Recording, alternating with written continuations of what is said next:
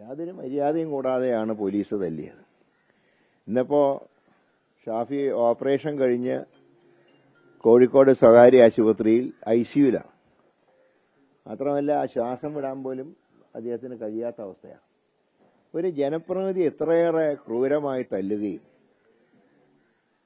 CPMന് protection നൽകുകയും UDF യോഗത്തിനെ കലക്കാൻ നോക്കുകയും ചെയ്ത പോലീസ് ഇതിൽ ഗുരുതരമായിട്ടുള്ള കൃത്യവിലോപം വരുത്തിയിട്ടുണ്ട്. ബന്ധപ്പെട്ട ഉദ്യോഗസ്ഥന്മാരെ സസ്പെൻഡ് ചെയ്തുകൊണ്ട് ശക്തമായിട്ടുള്ള നടപടി സർക്കാർ സ്വീകരിച്ചില്ലെങ്കിൽ കോൺഗ്രസും UDFും ഇതിനെ വളരെ ഗൗരവത്തിലെടുത്തുകൊണ്ട് തുടർ സമരങ്ങൾക്ക് ഞങ്ങൾ നേതൃത്വം നൽകും. അതുകൊണ്ട് MPയോട് ചെയ്ത ഒരു MPക്ക് പോലെ ഈ സംസ്ഥാനത്ത് രക്ഷയില്ല എന്നുള്ള ഒരവസ്ഥയാണ് കേരളത്തിൽ ഉണ്ടായിട്ടുള്ളത്.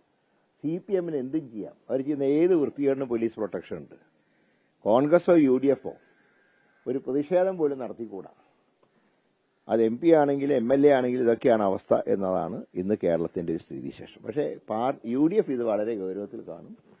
ശക്തമായ സമരത്തിന് നേതൃത്വം നൽകും. നേരത്തെ സൂചിപ്പിച്ചതുപോലെ രാഹുൽ മാങ്കൂട്ടത്തിന് വീണ്ടും പൊതുരംഗത്ത് സജീവമാകാൻ അവസരമുണ്ടാക്കുമോ ഈ സാഹചര്യങ്ങൾ എന്നുകൂടിയുള്ളത് രാഷ്ട്രീയം ശ്രദ്ധേയമാണ്. ശബരിമലയിലെ സ്വർണ്ണമോഷണം മറയ്ക്കാൻ വേണ്ടി മുഖ്യമന്ത്രിയുടെ നേതൃത്വത്തിൽ നടക്കുന്ന ആസൂത്രിത നീക്കമാണ് ഷാഫി പറമ്പിലിന് നേരെയുണ്ടായ ആക്രമണമെന്ന് രാഹുൽ മാങ്കൂട്ടത്തിൽ പറയുന്നു. IPS നൽകിയതിന്റെ ഉപകാരസ്മരണയ്ക്കാണ് റൂറൽ SP ബൈജുവിന്റെ നേതൃത്വത്തിൽ കോൺഗ്രസ് നേതാക്കളെയും പ്രവർത്തകരെയും ആക്രമിക്കുന്നതെന്നും രാഹുൽ ആരോപിച്ചു. കൊല്ലാനും മടിക്കാത്ത ഒരു സർക്കാരാണ് കേരളം ഭരിച്ചുകൊണ്ടിരിക്കുന്നത്. ഇതിൻ്റെയൊക്കെ അടിസ്ഥാനപരമായ കാരണം എന്താണ് എന്ന് മൂക്കിന് ക്ഷതമേറ്റ് ഗുരുതരമായി പരിക്കുപറ്റ ആശുപത്രിയിലേക്ക് ചോരയൊലിപ്പിച്ച് കടന്നു പോകുമ്പോഴും ശ്രീ ഷാഫി പറമ്പിൽ പറഞ്ഞത് തന്നെയാണ് ഇതിൻ്റെ യഥാർത്ഥ രാഷ്ട്രീയം. ശബരിമലയിൽ അയ്യപ്പൻ്റെ പൊന്നുകട്ട വിഷയം മറയ്ക്കുവാൻ വേണ്ടി കേരളത്തിൻ്റെ മുഖ്യമന്ത്രി ശ്രീ വിജയൻ്റെ നേതൃത്വത്തിൽ നടത്തുന്ന ആസൂത്രിതമായ നീക്കങ്ങളുടെ ഭാഗമായിട്ടാണ് ജനപ്രതിനിധി ശ്രീ ഷാഫി പറമ്പിലിനെ പോലൊരു പാർലമെൻറ്റ് മെമ്പറെ പോലും ഇത്തരത്തിൽ തെരുവിൽ ക്രൂരമായി കൈകാര്യം ചെയ്യുന്ന സാഹചര്യം ഉണ്ടാകുന്നത്. ജില്ലാ കോൺഗ്രസ് കമ്മിറ്റിയുടെ അധ്യക്ഷനെ ക്രൂരമായി മർദ്ദിക്കുക, മുൻ KSU സംസ്ഥാന പ്രസിഡന്റ് ശ്രീ KM അഭിജിത്തിനെ ക്രൂരമായി മർദ്ദിക്കുക, പ്രവർത്തകരെ നിങ്ങൾ കണ്ടു കാണുമല്ലോ. അതിനുശേഷം എന്താ സംഭവിക്കുന്നത്? ഇവിടുത്തെ റൂറൽ SP ഉണ്ട്, ഒരു മിസ്റ്റർ ബൈജു.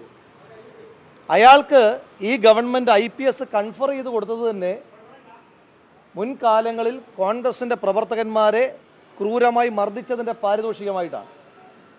ഇതേ ക്രിമിനൽ തന്നെയാണ് ഈ കോഴിക്കോട് നഗരത്തിൽ തന്നെ ജോയൽ എന്ന് പറയുന്ന ഒരു ചെറുപ്പക്കാരനെ, അവനെ കഴുത്ത് ഞെരിച്ച് ശ്വാസം മുട്ടിച്ച അടക്കമുള്ള പശ്ചാത്തലമുള്ള വളരെ നൊട്ടോറിയസ് ആയിട്ടുള്ളൊരു ക്രിമിനലാണ്. ആ ക്രിമിനൽ ഇന്നലെ എന്താ പറഞ്ഞത്? അയാൾ ഇന്നലെ പറയുകയാണ് ശ്രീ ഷാഫി പറമ്പിലിനെ പോലീസ് മർദ്ദിച്ചിട്ടില്ല. ഏത് റിപ്പോർട്ടിൻ്റെ അടിസ്ഥാനത്തിൽ അയാളത് പറഞ്ഞത്?